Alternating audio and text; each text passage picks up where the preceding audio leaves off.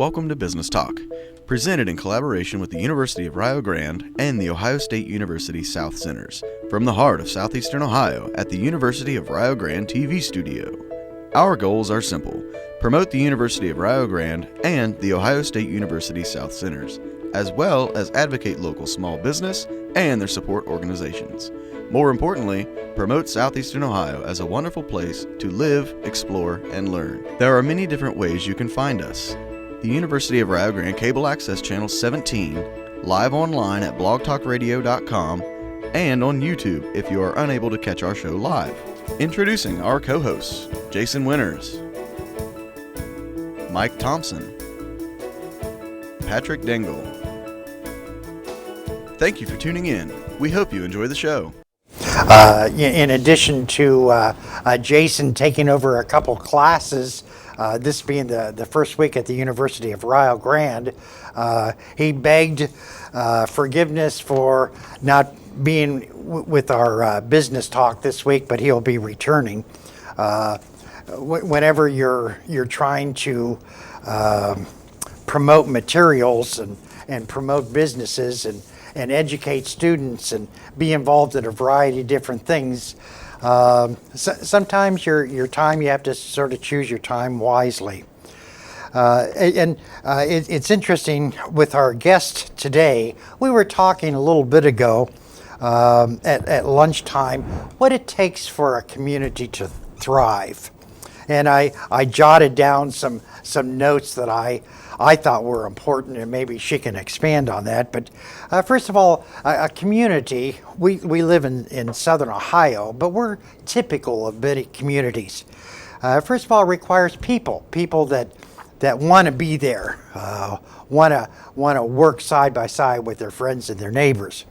And the second thing that it takes is some kind of commerce where individuals can purchase some things or barter some things or do some services for another individual. And the third thing that I feel is important is that there's a positive attitude. And in a positive attitude, we have to believe that what we are doing is really great. And finally, the fourth thing is there has to be some kind of supportive organization that fulfills that community. And it can be a chamber of commerces, or it could be churches, or it could be social organizations or educational opportunities. Well, we have the one a premier support organization that works not only in Gallipolis and University of Rio Grande, and they work in a variety of different counties. And it's our fortunate pleasure to introduce Katy Farber. Katy Farber is a project manager with the, make sure that I get this correctly, the Appalachian Partnership for Economic Development, or APEG. And it's interesting, it's very easy to find on the internet. So just by typing in APEG, you'll find a lot of very good information. So Katy, welcome. Thank you, Pat. Katy, before we begin and talk about many of the different projects that you're involved with, tell us about yourself. Well, I'd be happy to. I am as Pat said, a project manager for the Appalachian Partnership for Economic Growth, which we'll call APEG to save some time. And I am a native of Ross County and live there now, a graduate of McLean High School in Highland County, nearby Greenfield, and was one of those people who grew up on a farm, and I do believe after I graduated from Ohio University said, I'm never coming back, and proceeded to go out and see what the East Coast had to hold for me. And when it was time to raise our children, my husband and I moved back to rural Ross County, and I have committed to the area through years of our own business. I taught school for a while. I ran the Highland County Chamber of Commerce for 8 years. And when JobsOhio was started 4 years ago, and with that came the organization I work for now, APEG, I very much wanted the opportunity to work for a regional economic development organization that we'd never had. We've never had an opportunity like this in our region. And I hope by the end of today we will have something to talk about to understand that better. Okay, you brought up some interesting things. One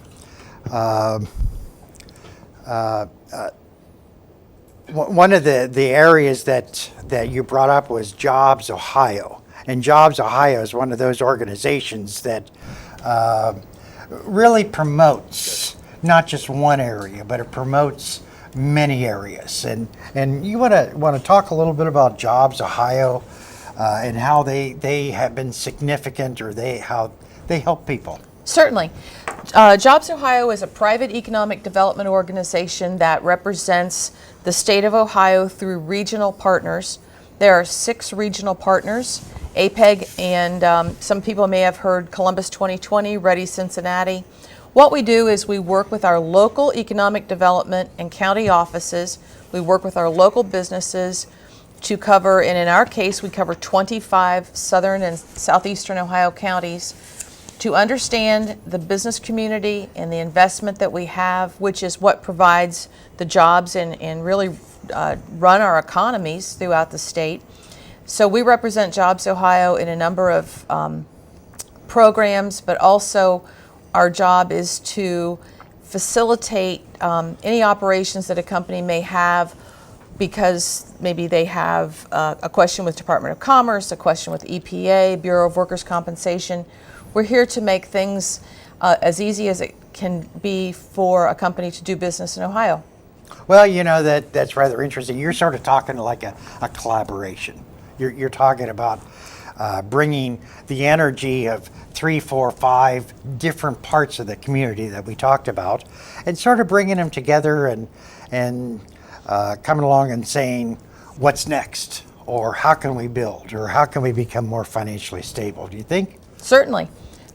Some of the things that we do are, I work with each county, just so everybody understands how it works. Each county has an economic development office, a person that works with maybe county commissioners for a private entity, whose job it is to retain, expand, or attract businesses to the area. So I cover 9 counties that include Gallia, Jackson, Pike, Ross, Highland, Scioto, Vinton, Lawrence, and I think I said 9. Yeah, but, I think so. So I work with each one of those offices, and our counties are very different. We all have personalities of our own.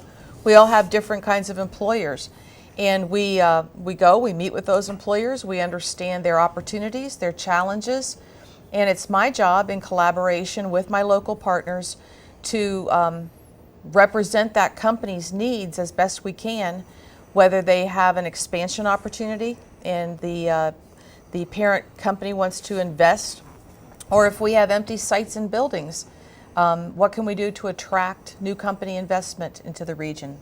It's very interesting. There's a lot of misinformation when it comes to economic development and chambers of commerce and government that's involved. A lot of people feel that there's just a free-flowing wealth of grants that are available. And we in the economic development arena, where we counsel individuals and we help them to understand the business plan, government's not here to create jobs. It's here to sort of smooth the way so that when an industry moves into an area, they have all those kinds of things that will make them financially stable, more profitable. Am I correct in that? Absolutely. I mean, we spoke over lunch about capitalism. I mean, I'm a capitalist. Our country is based on capitalism. And a good example of this, I mean, we can't create jobs, but we can certainly help a company overcome any obstacles to making their investments within this region. A good example might be road work. So if there's a building or a site and the truck traffic, the flow is not good, we have access to funding that can go along with that project and make those road improvements sometimes at no cost to the company because of the significant investment that they're making in the region and creating and expanding into more job opportunities. Well, that's rather interesting. Some of the things that we take for granted, like electricity, water, fuel, gas, roads, these all play an important part in a manufacturing coming to an area.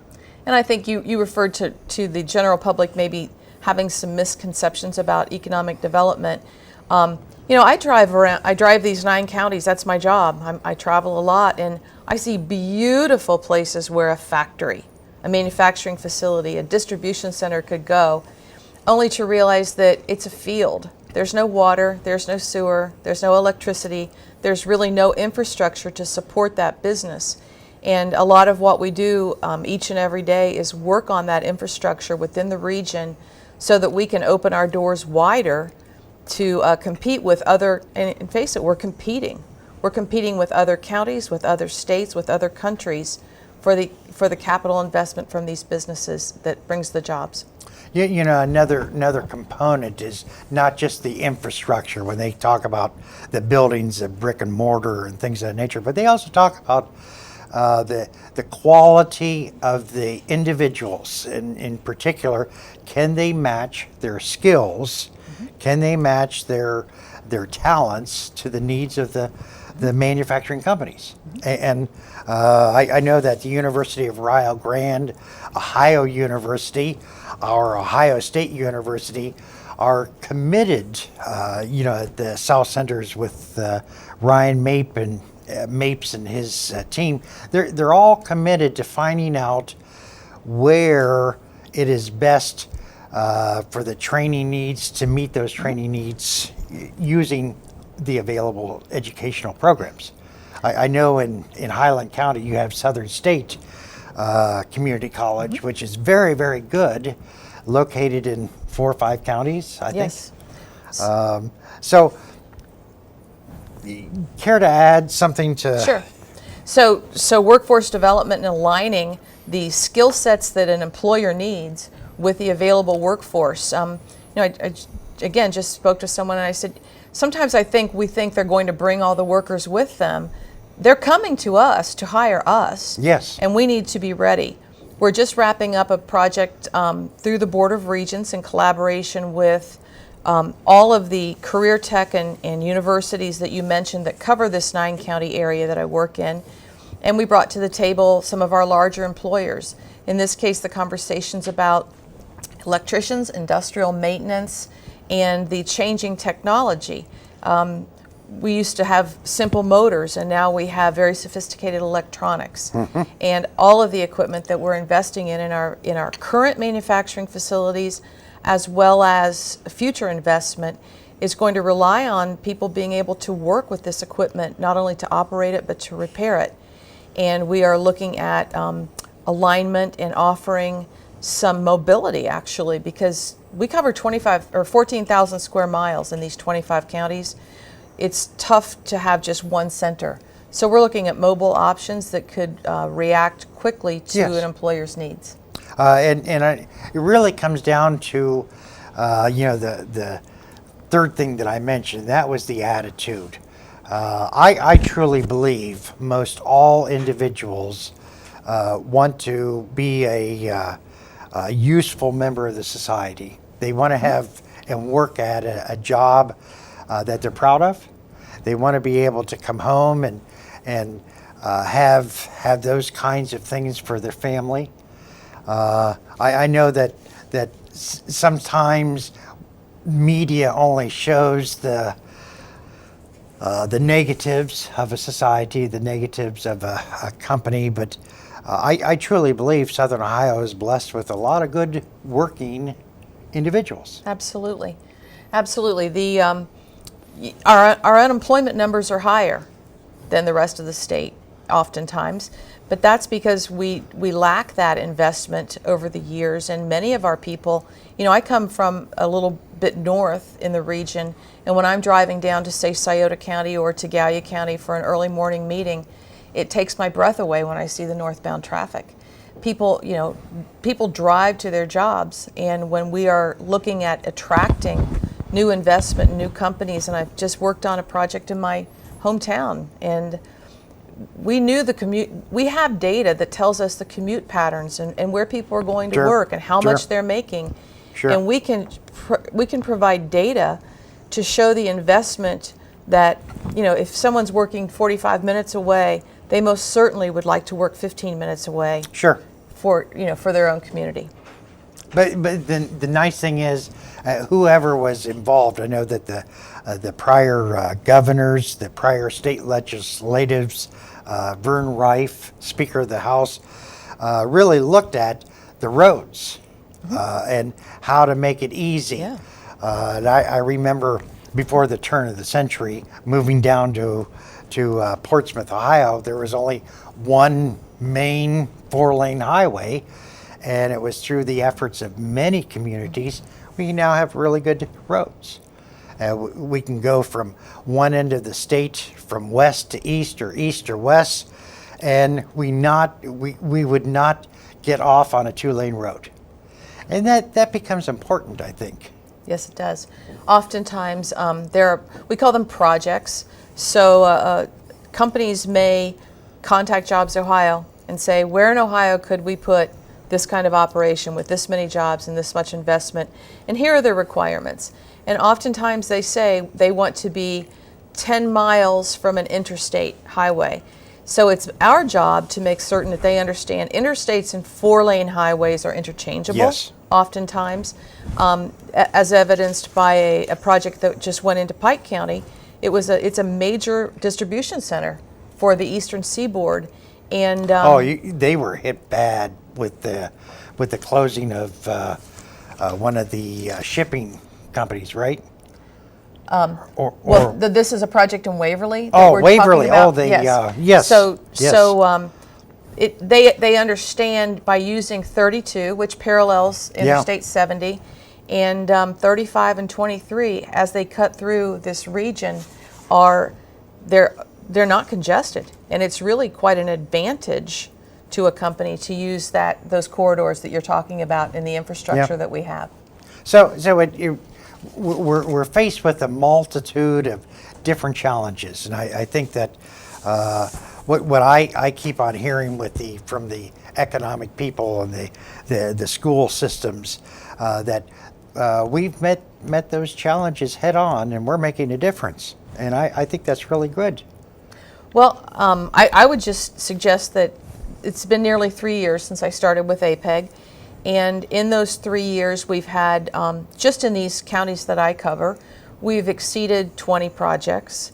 And as I was preparing for this outing that we're having right now, this gig, 6 came to mind, and many of them are expansion projects. By that I mean companies that are already here that the corporate office decided they're going to expand because they've got new business, but they have to decide where. This region won. We have a number of attraction projects. And then the other thing that we represent with JobsOhio is what we call revitalization.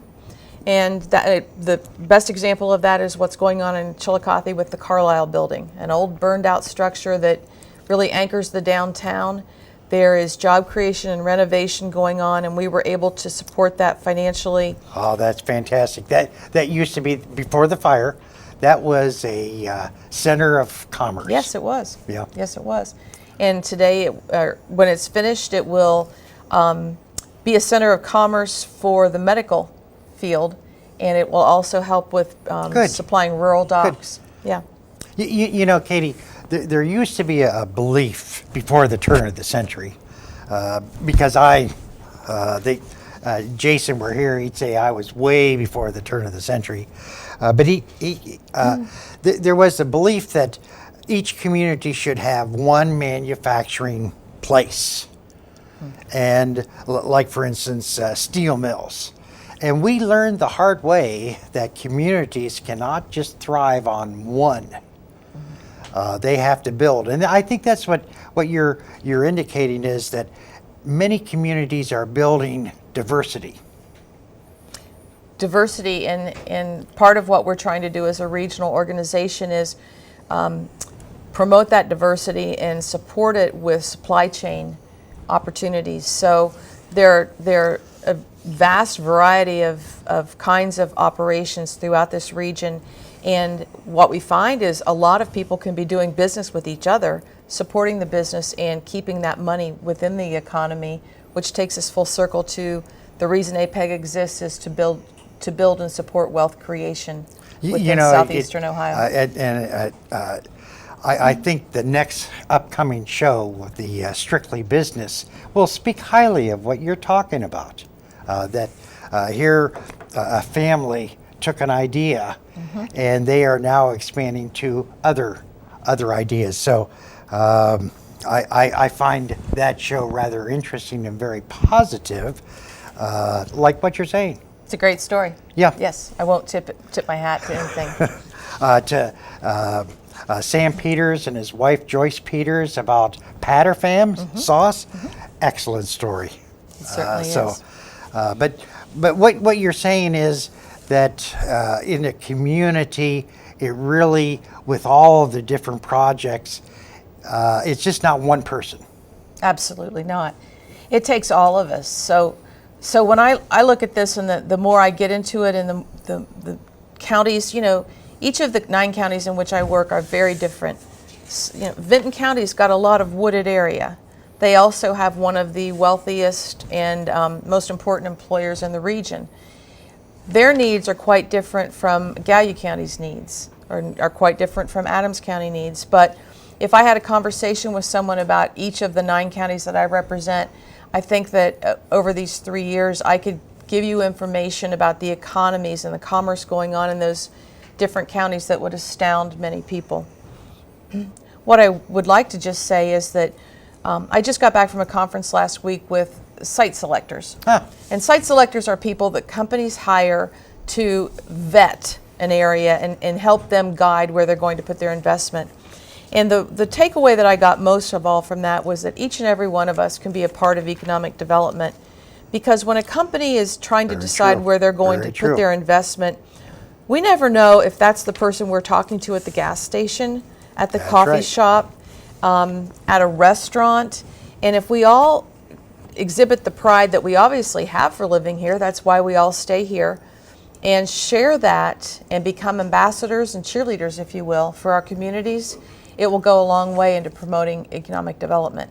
Well, I know that APEG, the Appalachian Partnership for Economic Development, has been a proponent of let's share the wealth, and that doesn't mean share the money. Let's share the wealth of attitude, of support, of working together, commerce. Let's look at, it's very easy to look at the bad things, and it's sometimes more important to look at what we've done, what we've accomplished. I agree. I said goodbye to a nephew, as many of us did. He went to college this last weekend, and he needed a big cup, he told me. And I found a cup, and it said half empty or half full. And I bought that for him to take to college. And I think that that's really representative of our attitudes as communities. We have to decide if we're half empty or half full. And I prefer the half full concept. I understand. I was at a manufacturing company, and I used that example one time, and an engineer said, it's neither. The glass is too big. But, so we look at various different things. I want to just quickly touch upon the Foundation for Appalachia Ohio. Kara Dingus is very active in